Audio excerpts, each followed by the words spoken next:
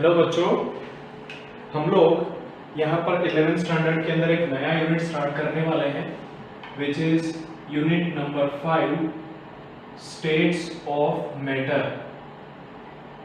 States of matter. तो basically यहाँ पर हमें मैटर के स्टेट्स के बारे में समझना है। तो बच्चों, आपको पता है कि स्टेट्स ऑफ मैटर के अंदर हम प्रिंसिपली 3 स्टेट्स ऑफ मैटर की बात करते हैं। पहला जो most common state of matter है वो होता है सॉलिड, उसके बाद आता है लिक्विड और उसके बाद आता है गैस। अच्छा, मैटर का मतलब होता है anything which is occupying the space and has some mass, उसको हम बोल देते हैं मैटर। स्टेट का मतलब है वो कौन कौन से अलग अलग फॉर्म्स में देखने को मिलता है। तो anything which occupies the space and has mass is matter. हमारे आसपास जो भी चीजें दिखाई देती है ना, वो सबकी सब मैटर है। ये मार्कर मैटर है, ये बोर्ड मैटर है, ये वॉल मैटर है, ये लाइट में जितनी भी चीजें आप देख पाते हो ना, they all are known as comprisingly matter. अब मैटर के आपके पास 3 पार्ट्स हैं, that are solid, liquid and gas. बराबर। देखो बच्चों, गैस के बारे में यहाँ पर हम 11th स्टैंडर्ड के अंदर chapter number 5 that is present chapter के अंदर पढ़ने वाले हैं। अगर हम सॉलिड की बात करें तो उसको आप 12th स्टैंडर्ड में चैप्टर नंबर 1 में पूरा का पूरा चैप्टर ही इसके बेसिस पे होगा। अच्छा, लिक्विड स्टेट की बात करें तो ये आपका फिजिक्स का पोर्शन है, बट सम पोर्शन जो है उसको हम प्रेजेंट चैप्टर के एंड के अंदर डिस्कशन में लेंगे। यहाँ पर प्रेजेंट चैप्टर के एंड में थोड़े सी प्रॉपर्टीज जो हैं वो लिक्विड की भी स्टडी करने का ट्राई करेंगे। ठीक है, तो ये हो गया आपका इंट्रोडक्शन पार्ट। आइए आप देख लेते हैं कि सॉलिड, लिक्विड और गैस में बेसिक क्या चीजें कंसीडरेबल होती है। तो अगर हम सॉलिड की बात करें तो सॉलिड के पास डिफाइनाइट शेप होता है, साथ साथ में इनके पास डिफाइनाइट वॉल्यूम भी होता है। डिफाइनाइट शेप भी होता है और इनके पास डिफाइनाइट वॉल्यूम भी होता है। अगर लिक्विड की बात करें तो इनके पास डिफाइनाइट शेप नहीं है, लेकिन इनका वॉल्यूम जो है वो डिफाइनाइट होता है। शेप इनका डिफाइनाइट नहीं है, लेकिन इनका जो वॉल्यूम है वो आपका डिफाइनाइट है। चलिए लिख ही देता हूँ पूरा। तो यहाँ पर शेप जो है दैट इज नॉट डिफाइनाइट, ये फिक्स्ड नहीं है, लेकिन वॉल्यूम जो है वो डिफाइनाइट है। वॉल्यूम जो है वो फिक्स है, वो डिफाइनाइट है। ठीक है। अच्छा, अगर हम बात करें गैस की तो इसके अंदर ना शेप डिफाइनाइट है और ना ही इनका वॉल्यूम डिफाइनाइट है। मतलब गैस के पास ना शेप पूरा पूरा डिफाइनाइट है और ना ही वॉल्यूम जो है वो डिफाइनाइट है। अच्छा, अगर हम सॉलिड की बात करें तो सॉलिड के अंदर स्ट्रॉन्गेस्ट इंटरमॉलिक्यूलर फोर्सेस है। स्ट्रॉन्गेस्ट इंटरमॉलिक्यूलर फोर्सेस जो हैं वो प्रेजेंट होते हैं। अगर हम बात करें सॉलिड्स की तो सॉलिड्स के अंदर बहुत ही strong intermolecular forces of attraction जो है वो प्रेजेंट है। अगर हम लिक्विड की बात करें तो यहाँ पर weak intermolecular forces of attraction present होते हैं। Weak intermolecular forces of attraction जो है वो यहाँ पर प्रेजेंट होते हैं अगर हम लिक्विड की बात करें तो। अच्छा, अगर गैस के लिए समझा जाए तो यहाँ पर weakest intermolecular forces of attraction है। Weakest intermolecular forces of attraction जो है वो प्रेजेंट है। Weakest intermolecular forces of attraction gases के केस में प्रेजेंट है। ठीक है, तो बच्चों ये बात हो गई सॉलिड, लिक्विड और गैस के बेसिक इंट्रोडक्शन की। तो सॉलिड के बारे में हमने समझा कि इनके पास डिफाइनाइट शेप है, डिफाइनाइट वॉल्यूम है। लिक्विड की बात करें तो इनके पास शेप डिफाइनाइट नहीं है, लेकिन वॉल्यूम डिफाइनाइट है। गैस की बात करो तो इनका ना शेप डिफाइनाइट है ना ही वॉल्यूम डिफाइनाइट है। क्लियर हो गया? चलिए, अगर हम सॉलिड की बात करें तो सॉलिड के अंदर स्ट्रॉन्गेस्ट इंटरमॉलिक्यूलर फोर्सेस हैं, तभी तो मॉलिक्यूल्स नजदीक नजदीक में है ना। अगर लिक्विड में बात करें तो यहाँ पर जो इंटरमोलिकुलर फोर्सेस ऑफ अट्रैक्शन है वो सॉलिड से कम है लेकिन गैस से ज्यादा है। अगर हम गैस की बात करें तो गैस के अंदर सबसे कमजोर इंटरमोलिकुलर फोर्सेस ऑफ अट्रैक्शन जो है वो प्रेजेंट होते हैं। ठीक है, तो ये बात हो गई आपके बेसिक इंट्रोडक्शन की। बच्चों इसके बाद हम लोग कुछ गैस लॉज के बारे में आइडिया लेने वाले हैं। गैस लॉज के अंदर हमारा जो पहला लॉ होगा वो होगा बॉयल्स लॉ। दूसरा हम पढ़ेंगे चार्ल्स लॉ। इसके बाद आपका आएगा गे-लुसैक्स लॉ। उसके बाद आपके पास आएगा डाल्टन्स लॉ और फिफ्थ नंबर पे आपका आएगा एवोगैड्रोस लॉ। तो ये कुल मिलाकर के 5 लॉ जो है वो गैस लॉज के फॉर्म में आपको पढ़ने के। बच्चों बेसिक चीज है गैस लॉ के अंदर, अगर आप समझना चाहो तो बेसिकली होगा क्या, तो यहाँ पर हम लोग प्रेशर, वॉल्यूम और टेम्परेचर इन तीनों में से किसी दो का वेरिएशन जो है उसको समझने का प्रयत्न करेंगे। प्रेशर, वॉल्यूम और टेम्परेचर में से किसी एक को फिक्स कर देंगे। यहाँ पर सपोज कीजिए कि मैं टेम्परेचर फिक्स कर दूंगा और प्रेशर वॉल्यूम का रिलेशन स्टडी करूंगा, या कुछ केस में प्रेशर फिक्स कर दूंगा और वॉल्यूम और टेम्परेचर के बीच का जो रिलेशन है उसको स्टडी करने का ट्राई करेंगे। क्लियर हो रहा है? आइए, तो यहाँ पर बेसिक इंट्रोडक्शन हो जाने के बाद हम लोग गैस लॉज की बात कर लेते हैं। गैस लॉज के अंदर जो पहला लॉ है उसको हम लोग बोल देते हैं बॉयल्स लॉ। गैस लॉज के अंदर जो आपका पहला लॉ है उसको हम बोलते हैं बॉयल्स लॉ।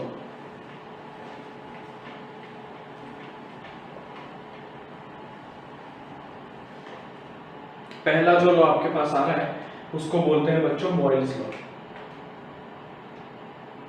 Boyle's law. अब चेक करो, मैंने आपको बोला था गैस के लॉज के अंदर हम लोग क्या करने वाले हैं, बेसिकली प्रेशर, वॉल्यूम और टेम्परेचर इसमें से किसी एक को फिक्स कर देंगे और उसके बाद जो बाकी के वेरिएबल बचते हैं उनका रिलेशनशिप जो है उसको स्टडी करने का ट्राई करेंगे। तो बॉयल्स लॉ के अंदर हम क्या कर रहे हैं, यहाँ पर टेम्परेचर जो है उसको कांस्टेंट कर देते हैं। टेम्परेचर जो है उसको कांस्टेंट कर देते हैं, कहने का मतलब बॉयल्स लॉ के अंदर हम प्रेशर और वॉल्यूम का रिलेशन जो है उसको स्टडी करने वाले हैं, प्रेशर और वॉल्यूम का। तो बच्चों आप लोग जानते हो कि गैस के प्रेशर और गैस के वॉल्यूम के बीच में उल्टा रिलेशन है। गैस का जितना प्रेशर ज्यादा होता है वॉल्यूम उतना ही कम हो जाता है। क्यों? क्योंकि जितना प्रेशर बढ़ता है गैस उतना ही कंप्रेस होता है। गैस उतना ही कंप्रेस होता है, कहने का मतलब उसका वॉल्यूम जो है वो रिड्यूस होता है। तो अगर हमें स्टेटमेंट लिखना हो बॉयल्स लॉ का तो हम लिखेंगे कि at constant temperature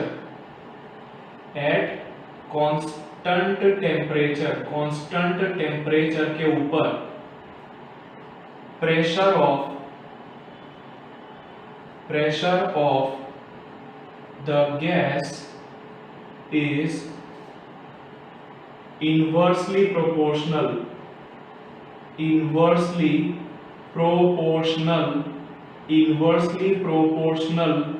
to volume of the gas,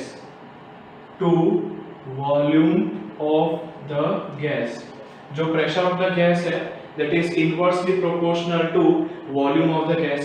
तो यहाँ पर अगर हम प्रेशर लिखें और यहाँ पर वॉल्यूम लिखें तो इस तरीके का रिलेशनशिप आएगा, pressure is inversely proportional to volume.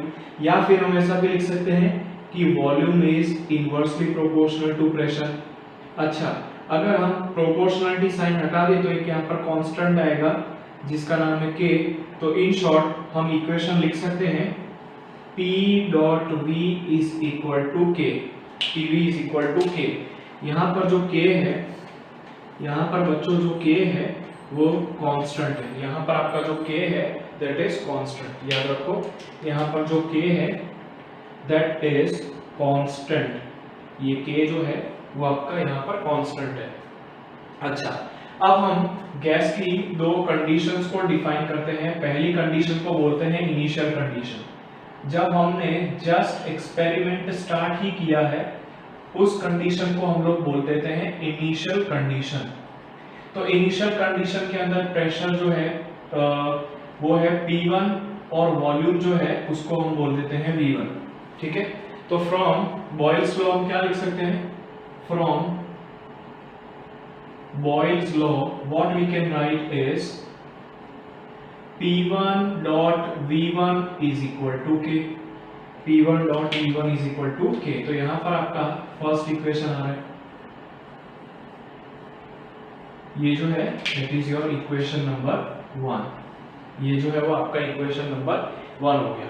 अच्छा, अगर हम फाइनल कंडीशन की बात करें तो इन फाइनल कंडीशन में क्या होगा बच्चों, चेक करो। तो फाइनल कंडीशन में जो प्रेशर है वो हो जाएगा P2 और जो वॉल्यूम है वो हो जाएगा V2। तो again from Boyle's law what we can write, from Boyle's law we can write P2 dot V2 is equal to K, another constant K। वापस हमने बॉयल के लॉ का ही यूज किया है, तो P2 dot V2 is equal to K, ठीक है। इसको हम लोग दे देते हैं इक्वेशन नंबर 2। तो इक्वेशन नंबर 1 को और इक्वेशन नंबर 2 को चेक करो बच्चों, यहाँ पर आपको राइट हैंड साइड दोनों की सेम मिलेगी। अगर दोनों की राइट हैंड साइड सेम है तो हम लोग इक्वेशन 1 और इक्वेशन 2 से क्या लिख सकते हैं, फ्रॉम इक्वेशन 1 एंड 2 हम लोग क्या लिख सकते हैं, P1 dot V1 is equal to P2 dot V2, P1 dot V1 is equal to P2 dot V2। ये आपका हो गया बॉयल्स लॉ का final form, P1 dot V1 is equal to P2 dot V2। ये हो गया आपका boils के लॉ का फाइनल फॉर्म। क्लियर हो गया?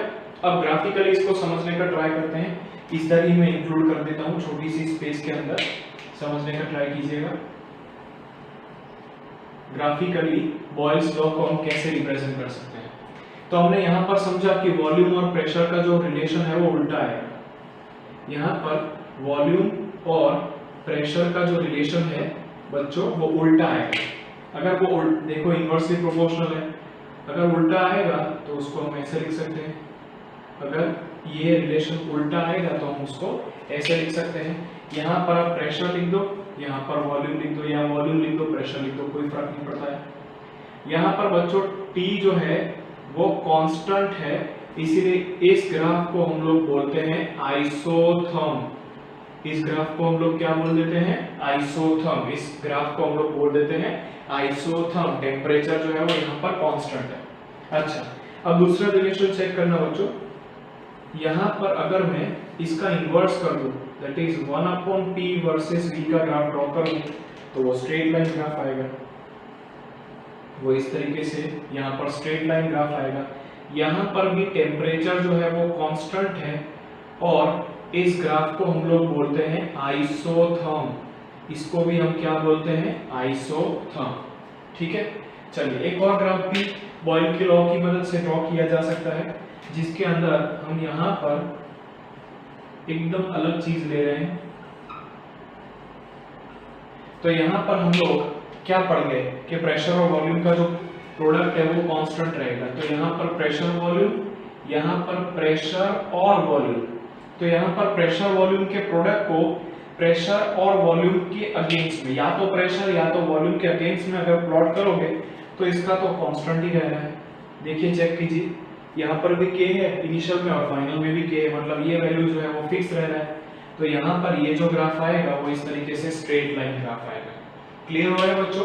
तो देखो मैंने सिंगल शॉट के अंदर ही पूरा का पूरा बॉयल्स लॉ है उसको एक्सप्लेन कर दिया है। यहाँ पर आपका फर्स्ट पार्ट है, यहाँ पर सेकेंड पार्ट है और लास्ट में आपका ग्राफ है। इन तीनों ग्राफ को हम लोग क्या बोल देते हैं, तो यहाँ पर टेम्परेचर जो है तीनों ग्राफ के अंदर कांस्टेंट होता है, इसीलिए हम इसको बोल देते हैं आइसोथर्म। इसीलिए हम इन तीनों के तीनों ग्राफ्स को क्या बोल देते हैं, आइसोथर्म। क्लियर हो रहा है? ठीक है।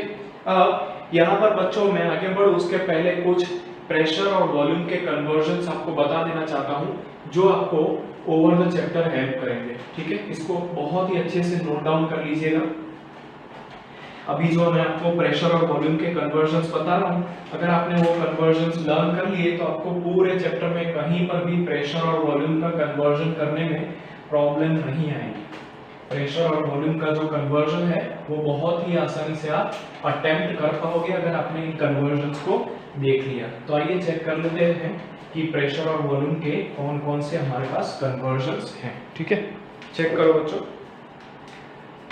यहाँ पर आपके पास है प्रेशर कन्वर्जन्स, प्रेशर कन्वर्जन्स, यहाँ पर आपके पास है pressure convergence.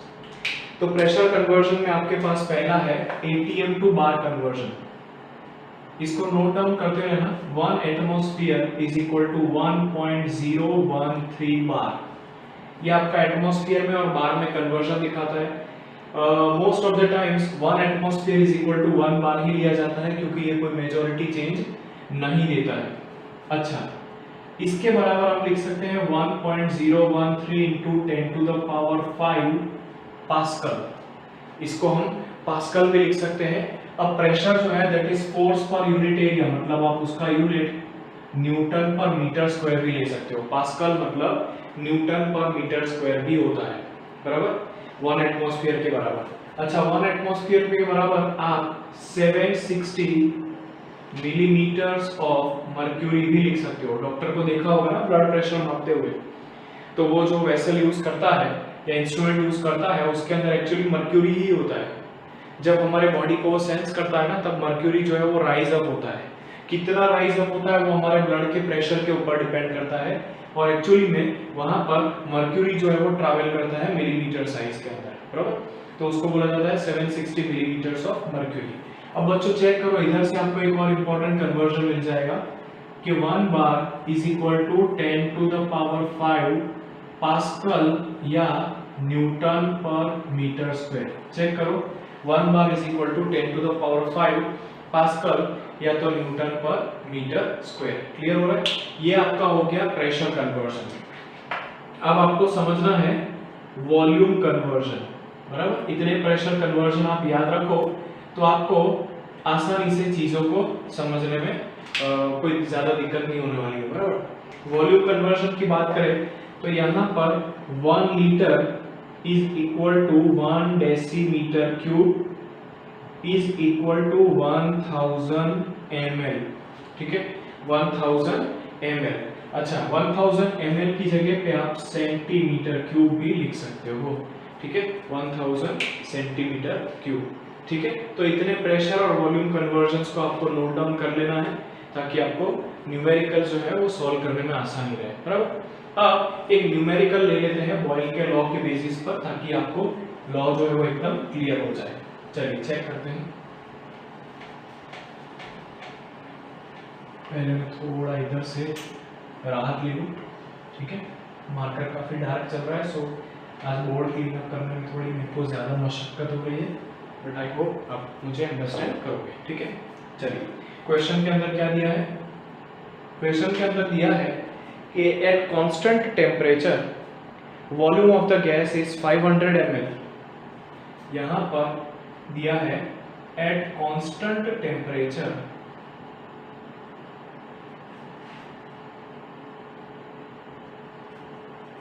Volume of the gas, volume of the gas is, यहां पर आपको वॉल्यूम ऑफ द गैस जो है वो 500 ml दिया है, 2 bar pressure is 500 ml at 2 bar pressure. उस गैस का एक सर्टेन टेम्परेचर के ऊपर वॉल्यूम ऑफ द गैस जो है वो 500 ml है और प्रेशर जो है वो 2 बार है।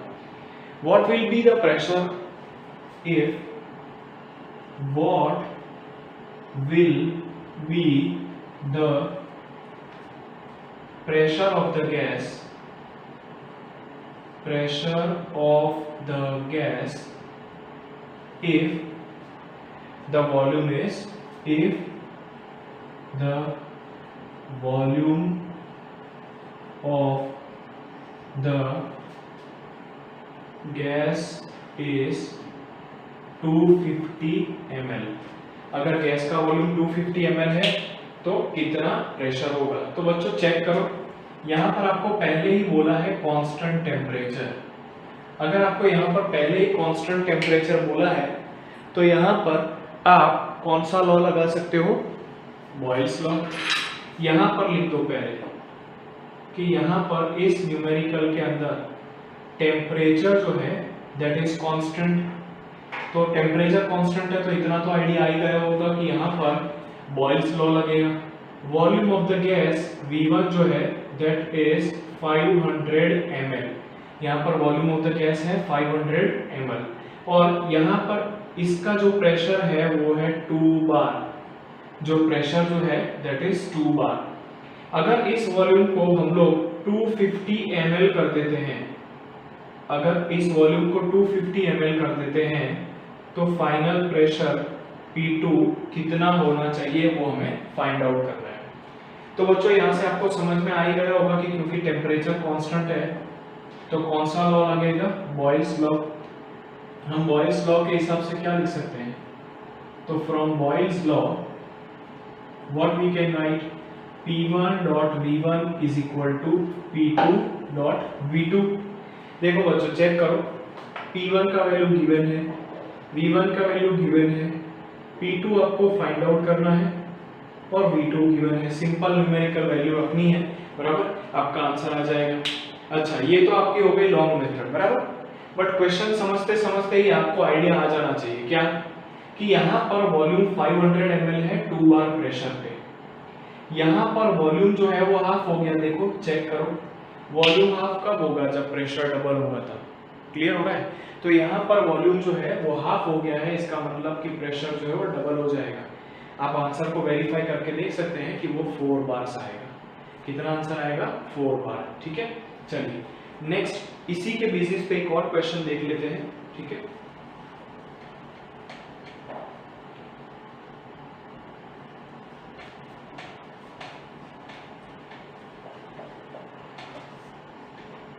नेक्स्ट क्वेश्चन में बोला है कि एक गैस है which occupies 10 litres of volume.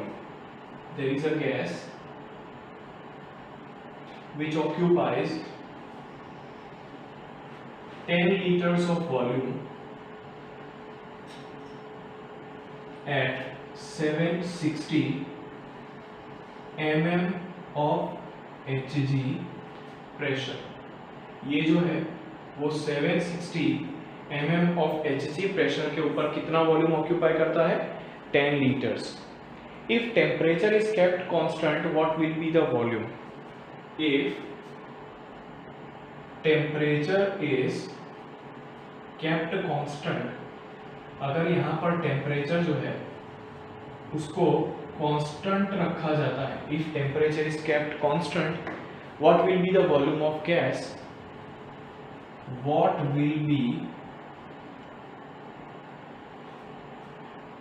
the volume of the gas, what will be the volume of the gas at 2.5 atmosphere pressure। 2.5 atmosphere pressure के ऊपर ये कितना हो जाएगा। तो बच्चों चेक करो, यहाँ पर आपको क्या बोला है, तो यहाँ पर आपको सबसे पहले तो बोला है कि टेम्परेचर जो है दैट इज कांस्टेंट। यहाँ पर इसके अंदर टेम्परेचर जो है वो कांस्टेंट है। चलो चेक करो,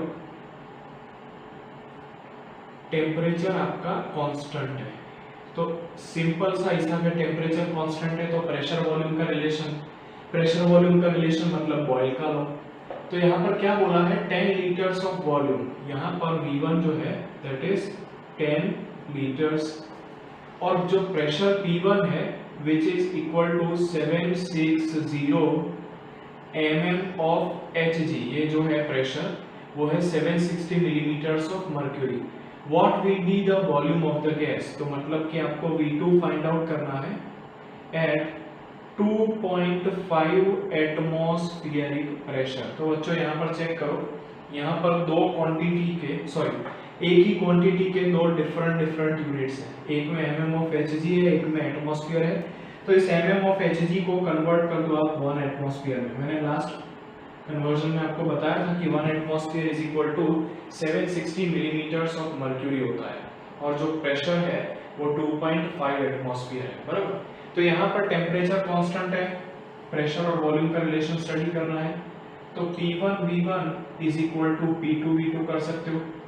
यहाँ पर P1 का वैल्यू आपको दिया हुआ है 1 एटमॉस्फेयर, V1 का वैल्यू 10 लीटर्स दिया हुआ है, प्रेशर टू P2 का वैल्यू 2.5 एटमॉस्फेयर दिया है, तो आराम से आप V2 का वैल्यू जो है उसको फाइंड आउट कर सकते हो। ठीक है, चलिए चेक कर लेते हैं P1 का वैल्यू कितना है। तो P1 का वैल्यू है 1। यहाँ पर आपके पास V1 का वैल्यू कितना दिया हुआ है, तो V1 का वैल्यू है 10। चलिए P2 का वैल्यू कितना दिया हुआ है, तो P2 का वैल्यू दिया हुआ है 2.5 और यहाँ पर V2 का वैल्यू हमको फाइंड आउट करना है। तो V2 का वैल्यू जो है वो इस पर से आपको समझ में आ जाएगा कि दैट इज 4। अगर आप 10 1 10 करके डिवाइडेड बाय 2.5 करोगे तो वो 4 आएगा। यूनिट जो है वो लीटर आएगा क्योंकि पहले आपने इसको लीटर में लिया हुआ है। ठीक है, यूनिट जो है वो इसका क्या हो जाएगा 4 लीटर्स। ठीक है, तो ये बात हो गई आपके बॉयल्स लॉ की, बराबर। ये बात हो गई आपके बॉयल्स लॉ की। अब नेक्स्ट जो लॉ है that is Charles law. Next जो लॉ है दैट इज चार्ल्स लॉ। चलिए चार्ल्स लॉ को बच्चों हम लोग नेक्स्ट वीडियो के अंदर कवर कर रहे हैं। तब तक के लिए थैंक यू।